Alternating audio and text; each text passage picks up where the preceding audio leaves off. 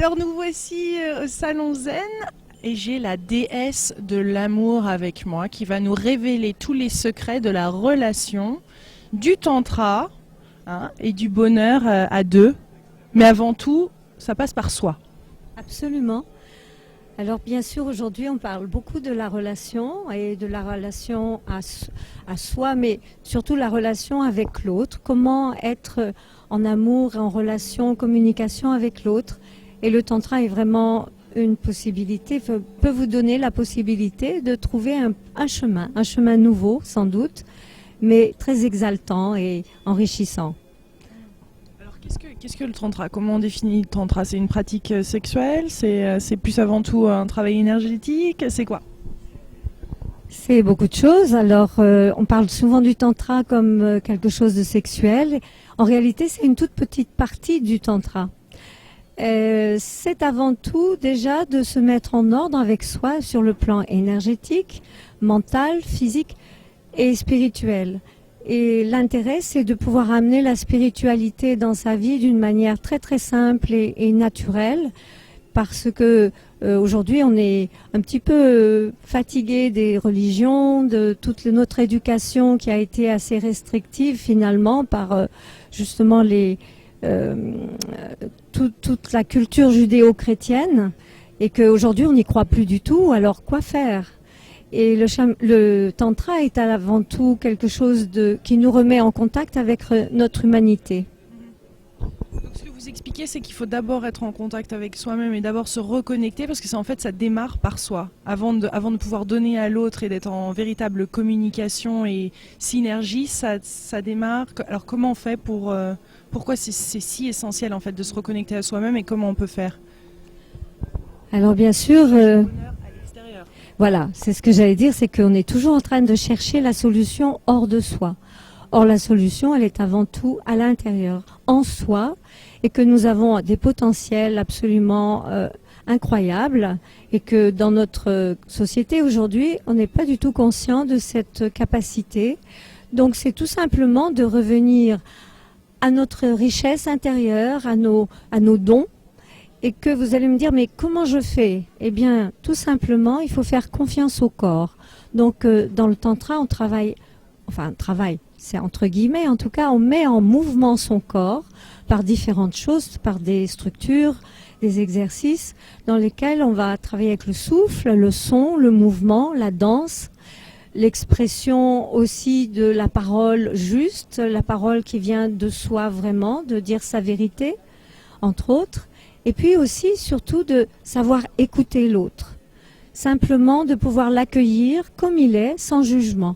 Alors là, c'est plus difficile parce que on est très habitué à faire des cases. Ça c'est bien, ça c'est pas bien, ça c'est j'aime, ça je n'aime pas. Or le tantra dit, on accepte le tout, on fait avec ce qui est. Et accepter le tout ne veut pas dire que j'adhère au tout. Mais dans la situation, comment je peux transformer cette situation d'une manière positive, parce qu'avant toute chose, le tantra est quand même un enseignement qui nous met dans l'attitude positive de la vie. Est-ce que j'ai envie d'être positive, de me lever le matin en me disant « Waouh, quelle belle journée !» Même s'il pleut, après tout, je peux faire plein de choses. Ou bien je dis « Ah là là, c'est fatigant !» et voilà, et on s'enterre un petit peu plus à chaque instant de cette manière, avec les pensées qui n'ont plus rien à voir avec notre vitalité. Comment on se coupe de notre vitalité? Donc il y a aussi les exercices pour raviver, pour réénergétiser, pour faire circuler l'énergie et redevenir vivant. Alors comment fait-on justement pour se lâcher prise? Parce qu'il y a quand même un lâcher prise. Comment fait-on pour se donner complètement à l'autre et vraiment vivre une connexion, je veux dire, pas seulement physique, mais une connexion spirituelle avec une ouverture de cœur et une énergie qui va au-delà, un lâcher-prise complet. Oui. Comment y arrive-t-on?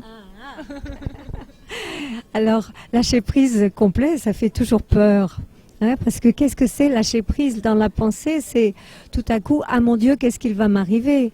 Et le lâcher prise, c'est plutôt de retrouver justement la confiance en soi-même et de pouvoir s'abandonner. S'abandonner, on arrive à... Ça ne veut pas dire que si je m'abandonne, je deviens, excusez-moi le mot, mais une chic molle, hein, c'est pas ça. Dans le tantra, justement, on parle toujours des énergies yin-yang, c'est-à-dire du masculin et du féminin. Et c'est vraiment l'alchimie du masculin et du féminin. Donc déjà, j'apprends à refaire l'alchimie en moi de ce masculin, de ce féminin, pour être entière. Et à partir de là, je peux entrer en relation beaucoup plus facilement avec l'autre. Parce que sinon, j'ai tendance aussi à me perdre dans l'autre. Et puis, je ne sais plus où je suis, et donc je ne vais pas répondre, ou en tout cas être capable d'affirmer ma position, ou mes choix, mes désirs, en fonction de moi-même. Je vais le faire simplement en réponse aux autres, qu'est-ce qui est bien, qu'est-ce qui n'est pas bien. Et que dans notre culture, nous sommes assez partagés. C'est un peu la culture de la dualité. Or, le tantra, c'est non pas la culture, c'est vivre sa totalité, en harmonie avec soi, avec l'autre. Et les choses sont des vagues. Ça monte, ça descend, c'est pas toujours comme on aimerait, mais ce n'est pas grave. Qu'est-ce que je fais avec la situation ? Donc vous avez des CD de relaxation, de méditation, de musique qui aideraient justement à favoriser cet état d'esprit. Oui, bien sûr. Alors, la musique est très importante, hein. C'est justement, moi en tant qu'artiste, je ne peux pas me passer de la musique. Et j'ai créé une méditation en mouvement, parce que c'est plus facile d'entrer dans le mouvement pour pouvoir lâcher le mental et s'abandonner au corps et aux sensations, parce que c'est vraiment un travail sur les sensations. Donc c'est une manière déjà d'arriver à se centrer et à se connaître un peu mieux de l'intérieur. Donc il y a un CD de méditation en mouvement qui s'appelle le CD des 4 directions, et qui est avec une très belle musique qui a été construite par mon compagnon Olivier Bessigné, et moi-même je chante dans cette méditation. Donc voilà, je vous invite à faire l'expérience. Et ça, c'est une méditation qui pourrait se faire à deux? Absolument. Ça se fait tout seul, à deux, en groupe. Il n'y a pas de limite. On peut avoir 10 ans, on peut avoir 80 ans. C'est absolument à la portée de tout le monde, parce que les mouvements sont très très simples et absolument tranquilles. Donc il n'y a pas de danger. Est-ce que vous diriez que l'énergie sexuelle, c'est la même que l'énergie spirituelle?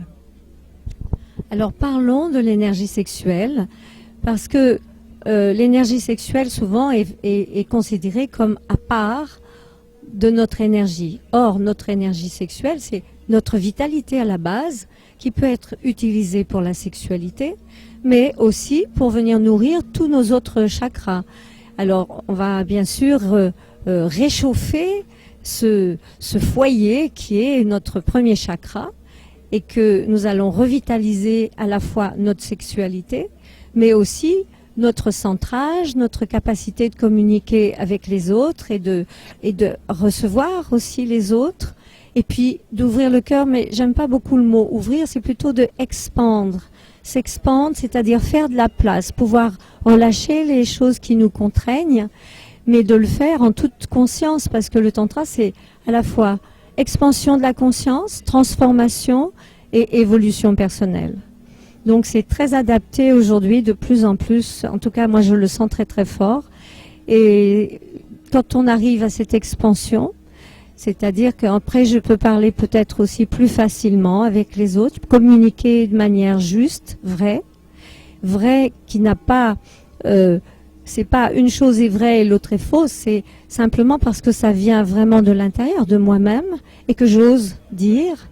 Et puis, je peux aussi avoir mon intuition qui se développe, et puis me relier à plus haut que moi-même, plus loin que moi-même, spiritualité, ou on va dire énergie cosmique, énergie divine, appelez-le Dieu, appelez-le comme vous voulez. Et en tout cas, si vous avez une religion, ça ne va pas venir vous tirer de votre religion, ça ne va que vous nourrir un peu plus.